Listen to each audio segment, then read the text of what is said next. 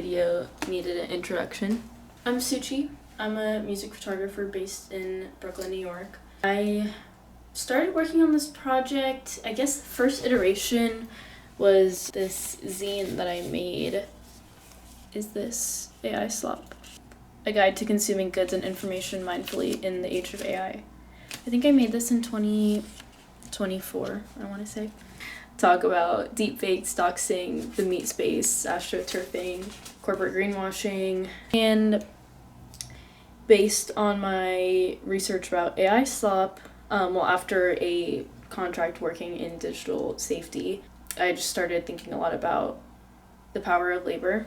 And I mean, as an artist myself and working so closely with so many talented artists, it's like you put so much unseen labor into, maintaining a presence, talking to booking agents, running social media isn't really translated to making a livable wage. And of course, this is the result of the way that tech giants have set up streaming corporations and monopolized art and music consumption in general. So that's the one thing. Like, this entire project is to be kind of taken with a grain of salt in that way.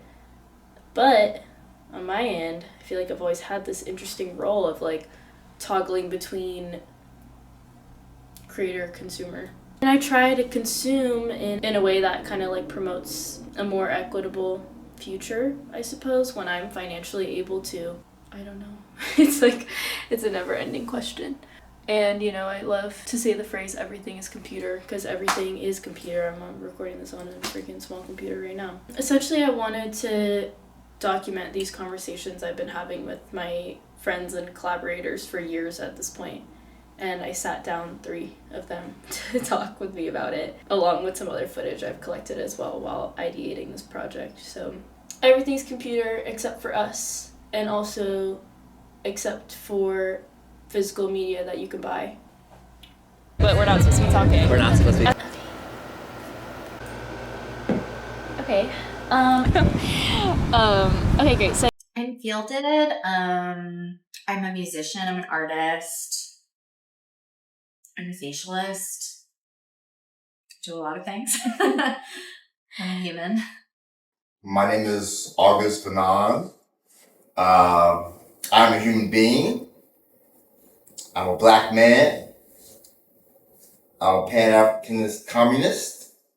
I'm Ryan. I run Everyday Deja Vu, record label and blog based out of Somerville, Boston area. Digital advocacy is how we really, I think, got everyone involved. It was about getting our co-signing collectives to repost and put the flyer out there. It was about putting a spotlight on the DJs and artists involved and the vendors involved in the event to spread it out there. So it's like the digital allowed us to just have everyone boosting it within their spheres in a very easy way, in a very direct way. So for this, we were just having flyers put up by different people and different groups. We were having these spotlight posts about the artists and why they're dropping out of the Boiler Room shows, and why it's so important to engage in the boycott campaign, and to play a show that's about solidarity and about solidarity economies. Been doing this for 13 years now. Work with I think over 40 artists, and we're just putting out our 60th release this year. This is Everyday Deja Vu takeover on Central on Air. I tried to do this for a bit, but Central on Air is a really cool broadcast radio station. I can say probably so many different words that describe it, but it's just like they stream it online daily. Different DJs every day, different performers. So today we worked with them to do a label takeover. Luckily, we know the people who run the show, so they let us be flexible. They had people singing and everything, beat sets and stuff. So Talking about issues of the day. Sometimes they say music gives voice to people that don't have a voice. Artists, a writer with a good pen can do wonders. Like I said, they say the pen is mightier than the sword. So, yeah. I'm reading up, and in preparation for these interviews, I've been reading about the loss of power of labor. Music involves, of course, immense socially necessary labor, but artists aren't really offered livable wages, health insurance, etc. So I guess the overall question is how artists are supposed to navigate these economic realities. I'll say it's very, very difficult. And there's so many like moving variables. Like I think one major variable is that, who did it say? John Coltrane said there's two kinds of music, good and bad. So not everybody makes good music, you know. And if you don't make good music, it's going to be very hard to get compensated. But let's talk about the people that do make good music and still aren't compensated, because there's a lot of people like that in that category. During like the blog era, like 2000, I would say end of high school, early college for me. So this is like 2010, 2011, 2012. I was really getting into reading like the hip hop blogs, following like Two Dope Boys and Potholes in my blog, like all those back then. And I wanted to start my own. I have that itch always to be like, I like something, so I want to do that as myself. I just wanted to interview some of my favorite artists, and it was very surprising how easy that was to just reach out and people are like, yeah, I'm down. And then people start visiting your website because of that. Made a ton of friends through that. A lot of people online, all over really the world, I guess, but like different states around the country. And I was seeing them just put out their releases, just like check it out on SoundCloud and Bandcamp or something. And I was getting into collecting things too, CDs, vinyl, cassettes. And I asked a friend who ran a label, how do you do the cassette thing? Like, what does the process actually look like? And I was like, okay, I'll spend like $300 to help you put out a cassette. And that was like EDV1 of like just putting it out. When was that? 2014. Okay. Yeah, 2014. And I just really wanted to put the logo on things. Like, I don't know, there's something really nice to see our logo on like a cassette or... Is it the same logo? No, different. Okay. It wasn't that cool back then. I think art has like some mystical qualities to it, like magic. I look at it in that kind of sense. So in a sense, it's like I look at myself as a kind of a wizard in the sense that I create art, and there's just so many magical elements or elements of surprise and wonder, and in the creation process itself, and also in the process of transmitting from the creator to the listener, and the exchange of energy and everything that happens manifests after you put the music out, and just how far music travels. But I think my role as a consumer is to seek out as much music as possible and to engage it, and to, if I like it, it's to spread the word. And that's one of the reasons why I say I fail, because I'm always getting caught like, yeah, I just heard, yeah, and the album came out this year, and I forget, or I don't know at all, and I've taken in so much music just through sampling, just digging back, and I feel that I don't retain a lot of the information that I've taken in, so I'm kind of bummed about that. All these collectors with these huge collections, I'm always like, damn, very envious. I think the things that like better society are things that we don't always have access to as easily. So one needs to seek it out. Such as like certain types of music or healing modalities that perhaps aren't as accessible financially. I think art has to be kind of sneaky. Like, it's funny. Like, it's kind of an eye roll. It's like, oh, art. It's like, because art that is consumable and exists on a great large scale, again, it's my humble opinion, it's not always so aligned with sincerity or just like being super for real or like raw. Like, we do not like allow raw anything to make it to like a certain level that is like easily accessible. So I think good art has to be a little sneaky and a little bit more like kind of extra intelligent, because it needs to infiltrate in a way that can kind of fool the right people. or the right people, if that makes sense. Your audience are like also the aliens. You get it. It's like you're getting it past the wrong people to get it to the right people. But I guess by the wrong people, I mean like the quote unquote right people, or like the ones in charge. Yeah. Does any of this make sense? How do you determine and define audience? Like whether it's for the label in general or for individual artists within the label? Yeah, that is actually a really good question, because my I don't know if ethos is the right word. Maybe my mission with Every Deja Vu has always been, if I like these things, someone else will.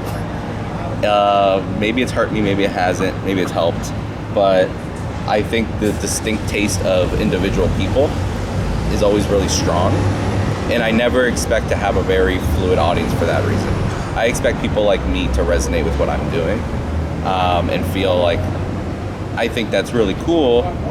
You're just releasing all this stuff all over the place. You're doing these events. You're like, the passion, I think, is really what I want people to resonate with. But individual artists, that's a whole different story, I think. I feel like when I work with individual artists, it's working with them and trying to understand what their brand is, what they feel other artists that they follow, what other artists they think kind of align with their brand, and start to build out.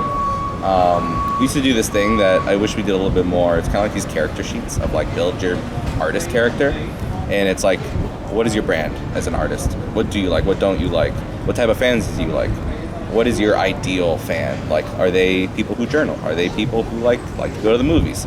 And it doesn't really give us a solid answer that makes us win a bunch of fans. But it's just good to know is when you create content, you make ideas, the way you put yourself out there, I think it's always a good exercise to kind of think about what that could be. So for different artists, it's all over the place.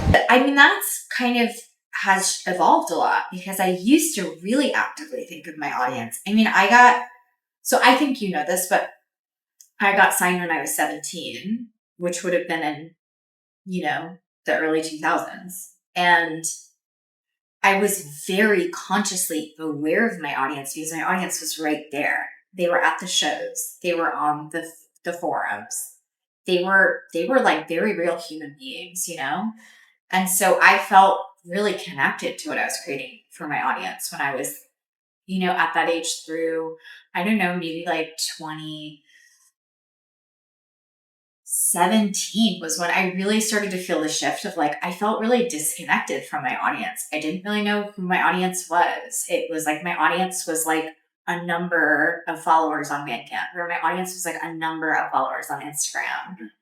And it really changed. It sort of fucked it up, because it's it sucks to be disconnected from the human experience of the music. But at the same time, it's actually been a really interesting journey for me to get back to self, because going through kind of the internet psychosis of being kind of addicted to social media and or over obsessed with social media, and having to work through that and have sort of an ego death or whatever happened, allowed me to get back to myself and make art for myself in a really interesting way that I haven't done in a really long time.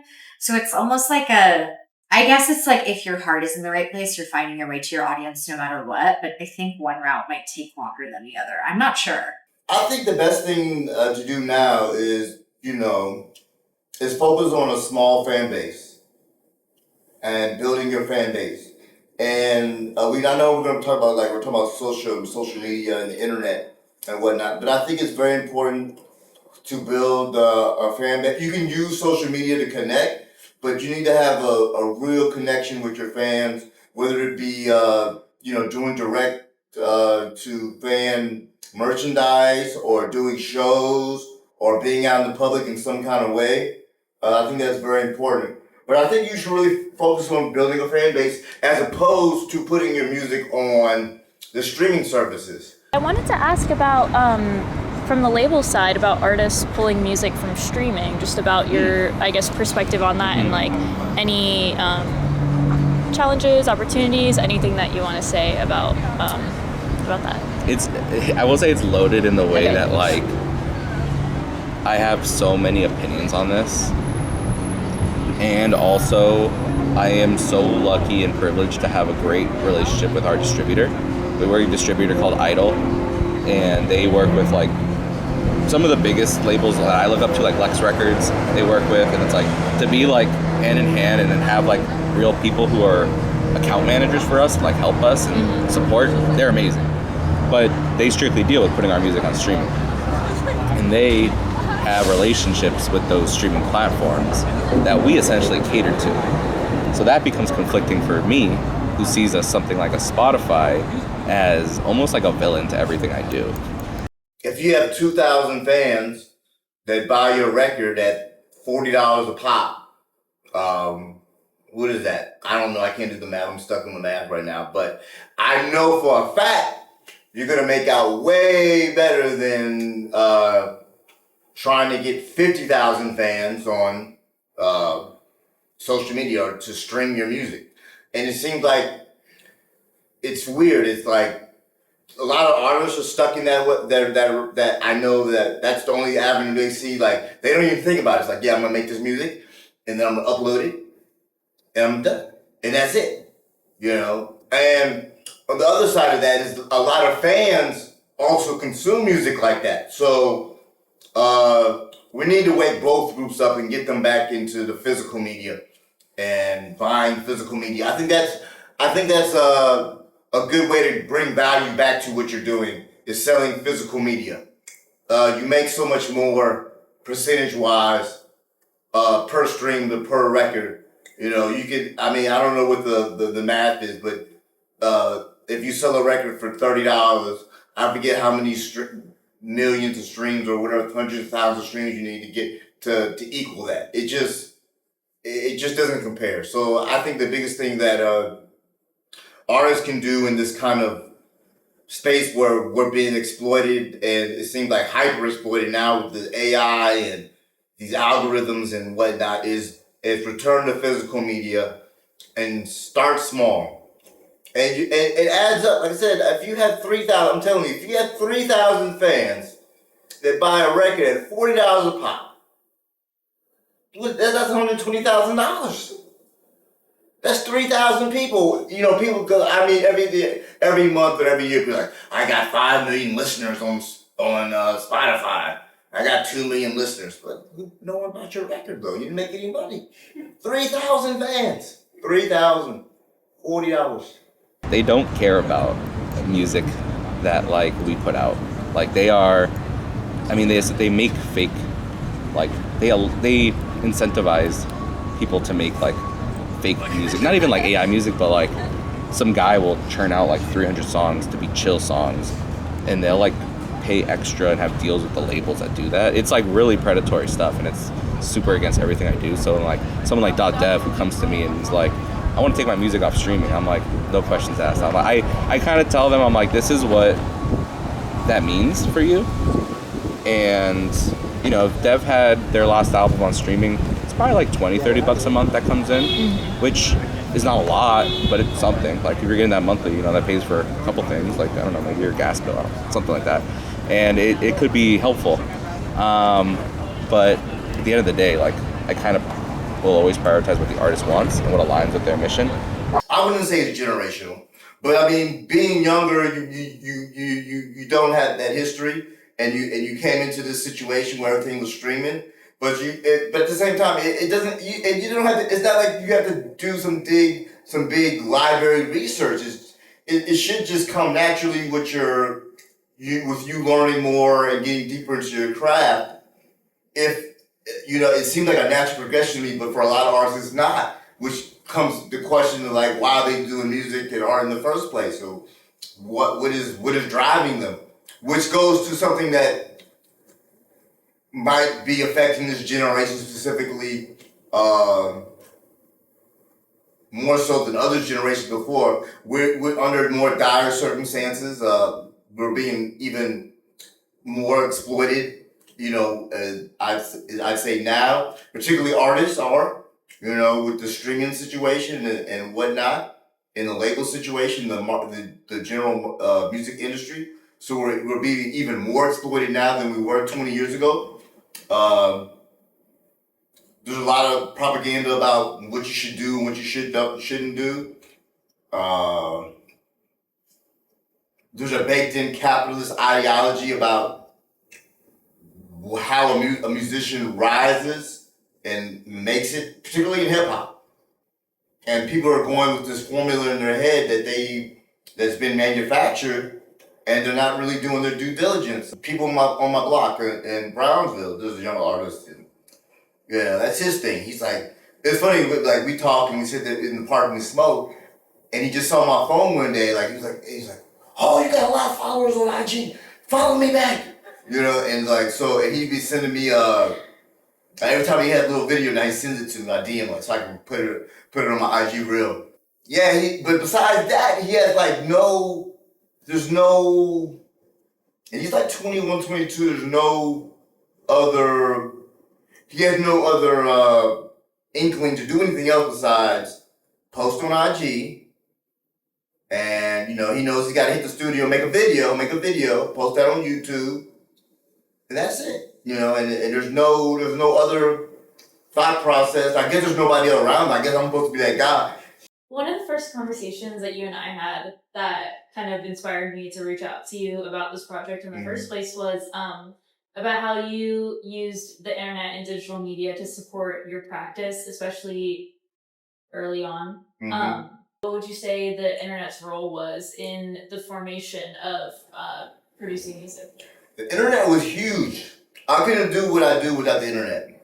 You know, I couldn't reach the fans that I do without the internet. I wouldn't be here. I couldn't connect with the artists I've connected with without the internet. So it's been instrumental. Even I use a DAW, digital audio workstation, which is software. I produce on a computer, and I've been producing on a computer since I started making beats in the late 2006. So this internet computer age is very fundamental to me in my growth and development, especially initially, even to the point where I couldn't afford to buy a beat machine.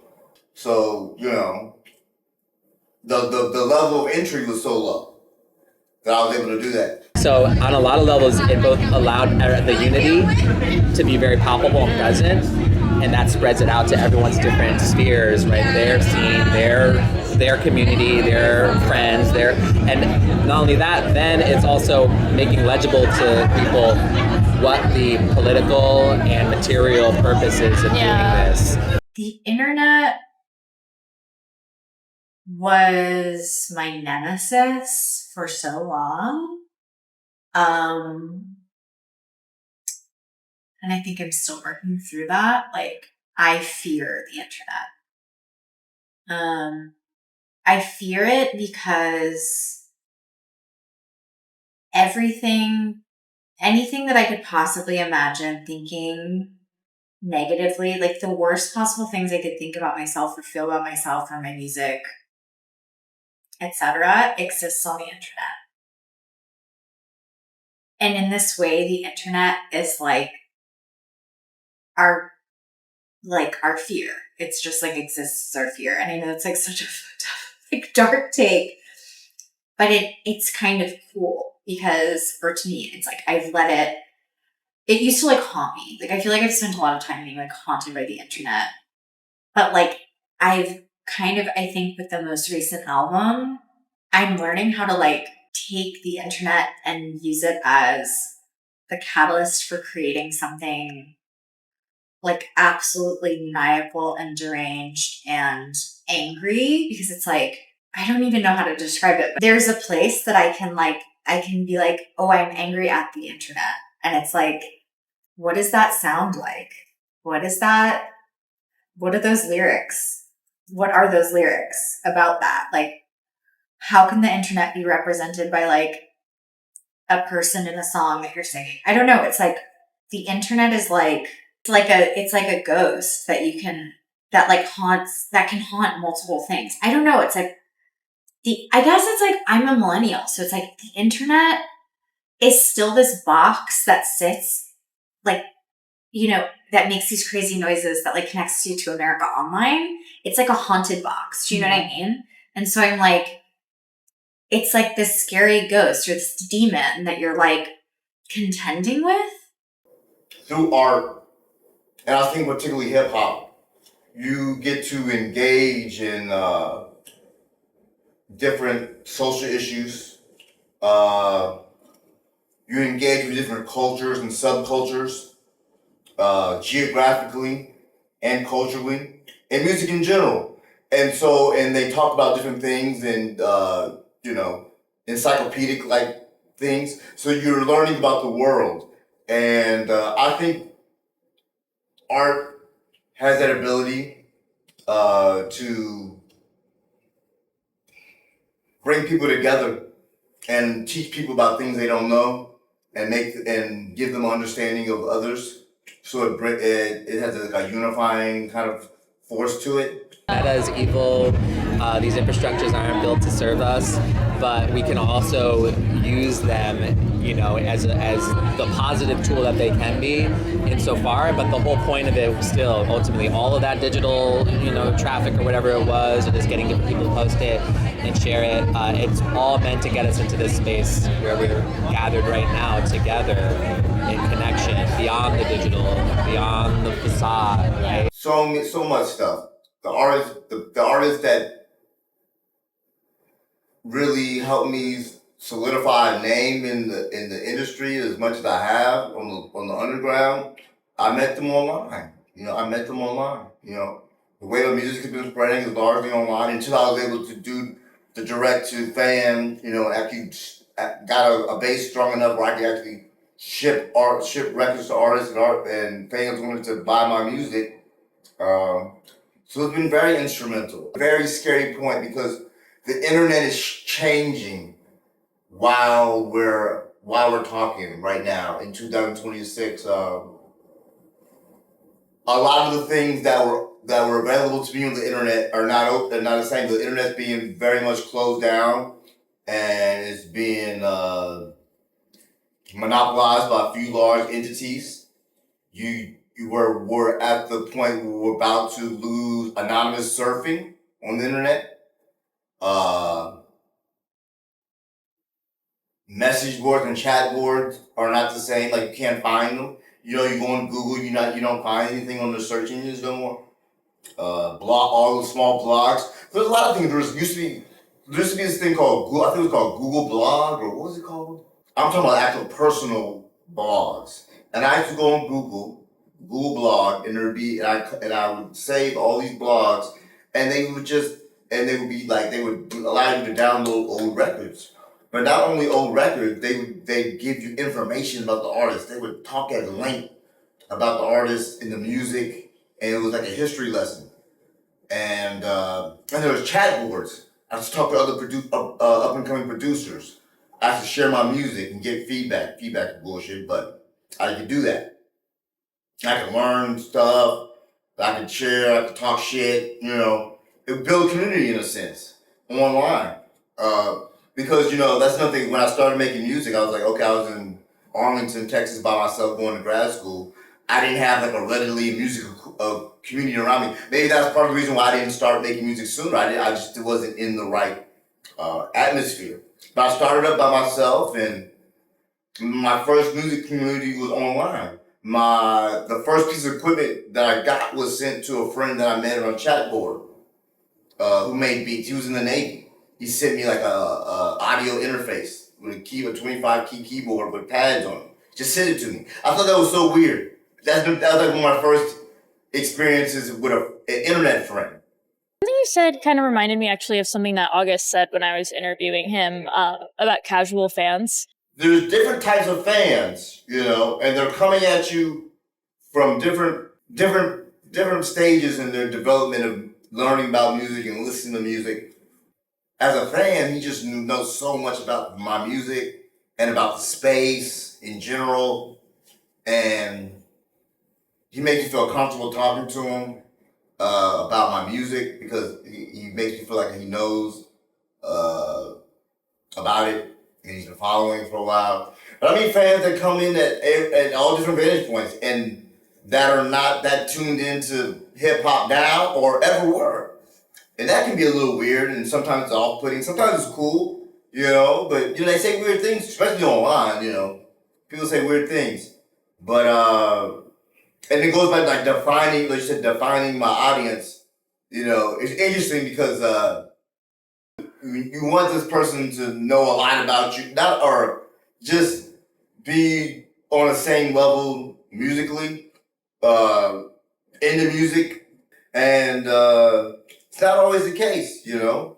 So that's kind of interesting to me because I'm like, you know, ever since, you know, I'm 45, you know, I'm born in the 80s, grew up in the 90s, and you know, once you say like, oh, I'm into rap, like it was just like constantly, you're tested constantly on your knowledge, and this not maybe, you know, not formally, but it was always a question, or any music, anything you were into, you couldn't be a newbie or a toy. And now it's like I run into mad people with their toys that like it's crazy, you know what I'm saying? Like, you know, like, but they're like into music supposedly, or so they say, or I don't know, it's weird. Like, I mean, a lot of casuals, a lot of fans, are casuals. And so when I'm thinking about like who my music is for or defining my fan base, I think about it in those terms, like there's fans that are really know, and there's fans that are casuals. And it's weird to see the two converge and whatnot, and who you're talking to. I mean, I met some people in the park the other day, or I stopped at this weed shop I'm talking to. I'm like, I'm a producer. Yeah, give her such. Yeah, for such a car. What's I doing? Yeah. Why, you know, and like, you know, I know people still make music like this. You know, all right, you know, that's cool. I'm glad. Yeah, there's a lot of people like, yeah, there's tons, too many. You know, like, what are you tapped into? You know, but casuals. A lot of casuals nowadays. That is kind of part of this problem with audience behavior, I guess, within the streaming economy. And okay, of course, like, you know, a lot of these problems are like the result of big corporations being able to monopolize things as simple as like sharing music with people, you know? So that's really the root of the problem here. But I guess the question I'm trying to answer is what we as an audience can do, like within this like built system of consumption. Yeah. But yeah, I guess I'm wondering, what are your thoughts on casual fans? Do you think that everyone's a casual fan? I think there are a lot of casual fans now, and I think enemy number one in that, not that I really don't think being a casual fan is a bad thing. I guess I'll start there. But I do think what is creating more casual fans is things like Spotify and like mood-based listening, casual listening, but essentially like click a playlist and let it take you through. People looking up like, I want study music, and they just listen like that. I think that has really changed a lot how people relationship with music. But I do think, from where I stand, like, I think casual fans can be okay, because I mean, I'm not trying to convert a casual fan into like a passionate fan or a casual fan of music. I do think people can be casual. I don't think there are casual fans of the artists I work with. I do think if you become a fan, even a casual fan of one of the artists I work with, you are already kind of out of the ecosystem of what a casual listener of music is. To be some way you discovered it. Maybe it was through an algorithmic playlist or something like that. But I don't know, the word fan does kind of like tell me that they're not casual in a way. At least of our music. Yeah. Like, I think there's certain music out there, like the more popular it gets, sure, casual fans. I'm sure there's casual fans of like Drake and stuff, but like I don't know. I think for me it does become an issue when I guess like people don't really come out to local shows as much as I'd want to. And it's not my own shows only, it's like other shows I see hosted. It's different probably every city and stuff too, but like to get people to go out to like a show on a Wednesday night to check out artists they don't know, that's hard. Yeah. And that's kind of a community thing too, like do people want to be a part of a community or not? But it does, when people say they're fans of music, it doesn't necessarily mean they're going to go like invest in the music they think they like. Because of how we like streaming culture, for example. Yeah. You're able to be a casual fan of like 200 artists as opposed to like a really loyal fan to maybe 10, where you're like going to their shows, buying physical records, like things like that. What would you say makes a good audience, whether it's a collective body or like something that an individual member can contribute? That's a really good question. I think it's presence. I think I took presence for granted a lot when I was young and before social media.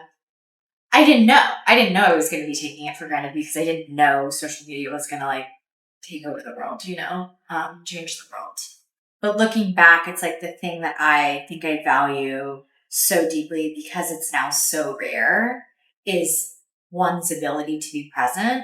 And I'm not just saying that about an audience in the sense of creator and consumer. I'm also saying that like friendship and romantic relationships. It's like presence makes the best audience. Ultimate gift you can give an artist is your presence, because it's like it's maybe the most precious commodity at this point in the world. Yeah.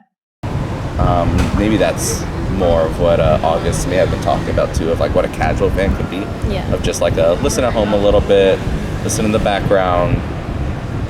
When I work with a lot of artists who really like live this, like live the music stuff, like they want to be here on a Saturday hanging out, making music.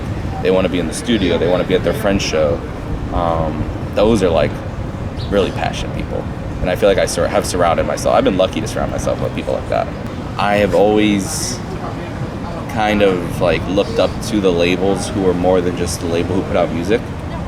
Like whether it's in-person events or like you just have like a home base in a way. There's a Stones Throw documentary where like they show like Madlib and Doom living in like the Stones Throw offices, or like making Mad Villainy in the Stones Throw offices, and then it's like you see like the background of like all of, like the merch and the inventory, and I'm like, it's so cool. Like I don't know, like the fact that they're at this place, at this physical place, and they're doing things is awesome. And I don't know, things are just better when the community's happening. Like I have felt way more fulfillment in every Deja Vu when like I have leaned into in-person community. There could be online community too, and I think I've tried to cultivate that in different ways, and that's how we started.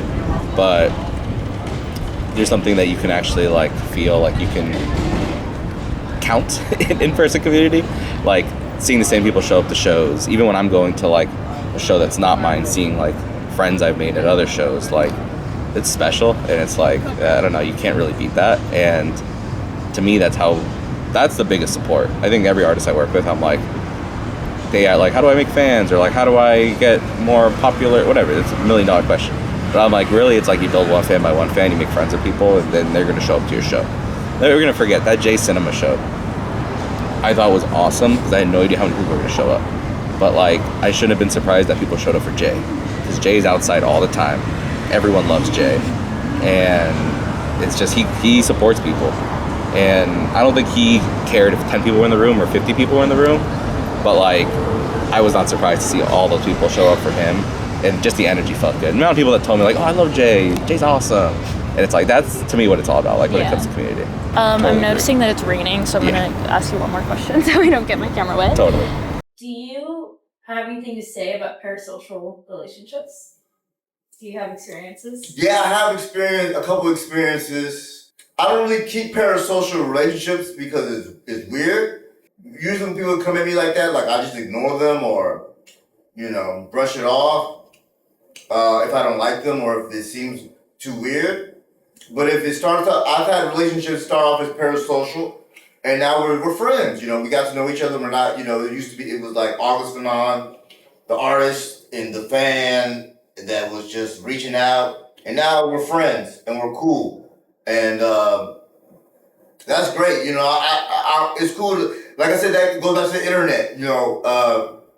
Back in the day, you couldn't call your favorite artist on the phone. You couldn't text. You couldn't beat them on the pager. You had no access to them unless you met them at a show or something like this. But now fans they can reach out to you, and which is cool. I mean, it can go both ways. Some people think people have too much access, but I think it's cool because I think you can control people's access to you. I think the internet is like this haunting. It's like a suspension of belief. It's this like haunting character that's like always watching me.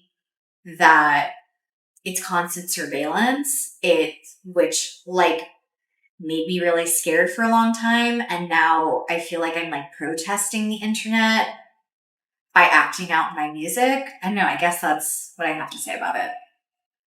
I've become a teenager again because of the internet. Like what has social media has become this made me a teenager again in like the best possible way. What do you mean by that? I mean that I'm like fighting again. Like I'm like fighting. I think too, it's like dealing with like personally with somebody being involved in the manosphere. It's like I was introduced to this really scary place on the internet that, like I said, any dark path that you could go down is there, right? So I feel like it turned me back into this version of myself. Just being introduced to that and having to actually like sit with it was like, I feel like I'm fighting. I have this fire and this rage that I had as a teenager that like I wasn't allowed to connect with as a teen, like for a number of reasons. But it's like now I can channel that because I'm an adult and I know how to do it responsibly. And like not only do I get to do it about the internet, but then I get to use the internet to like promote the shit out of it. Because I think I'm in a blessed position to be an artist, a working artist who gets paid to do what I love. You know, with today's Sunday. Well, today's typically a day off, but like people are working. I'm chilling. You know, I'm good. Like if this is what I have to put up with, you know, it could be a lot worse. People got big, real problems. You know, it's not that serious. And by the way, do you want to? I know, I'm just going to get through that right now. You can finish your sentence, though. I think it'll be okay. Yeah, at the end of the day, it's what aligns with what the artist's beliefs are. I do think a part of what I've learned a lot in is how to really position artists to do well on every avenue. And I think accessibility is huge for fans and listeners to get into people's music. So I will always put music on streaming, but I will also never bat an eye if someone's like, can you take that down off streaming? Yeah. Like, I just get it. I might fight for a little. I'm not going to fight. I'm going to tell you the reasons and then be like, but I'm cool with it. Like, because I would probably also do the same thing. Yeah. Okay, awesome. It's raining, so we're going to go now. And now we're here with all this attention and care. And I think, you know, it comes across in the way that the space is laid out and who's been tapped to collaborate in this, that is all about this connection. And this is not about just like sort of aesthetic, or it's not just about making money for individual people here. Actually, a lot of the people here are making no money. It's just volunteered labor. And some of the DJs opted to get money from the strike fund because they need that support, and others opted not to because they don't need that support. And that's beautiful because that's real solidarity. Yeah. Talking, anything else you want to add, but like really no pressure. Okay. I told you I'm a yapper. That was awesome. No, I think I talked enough. I probably said too much.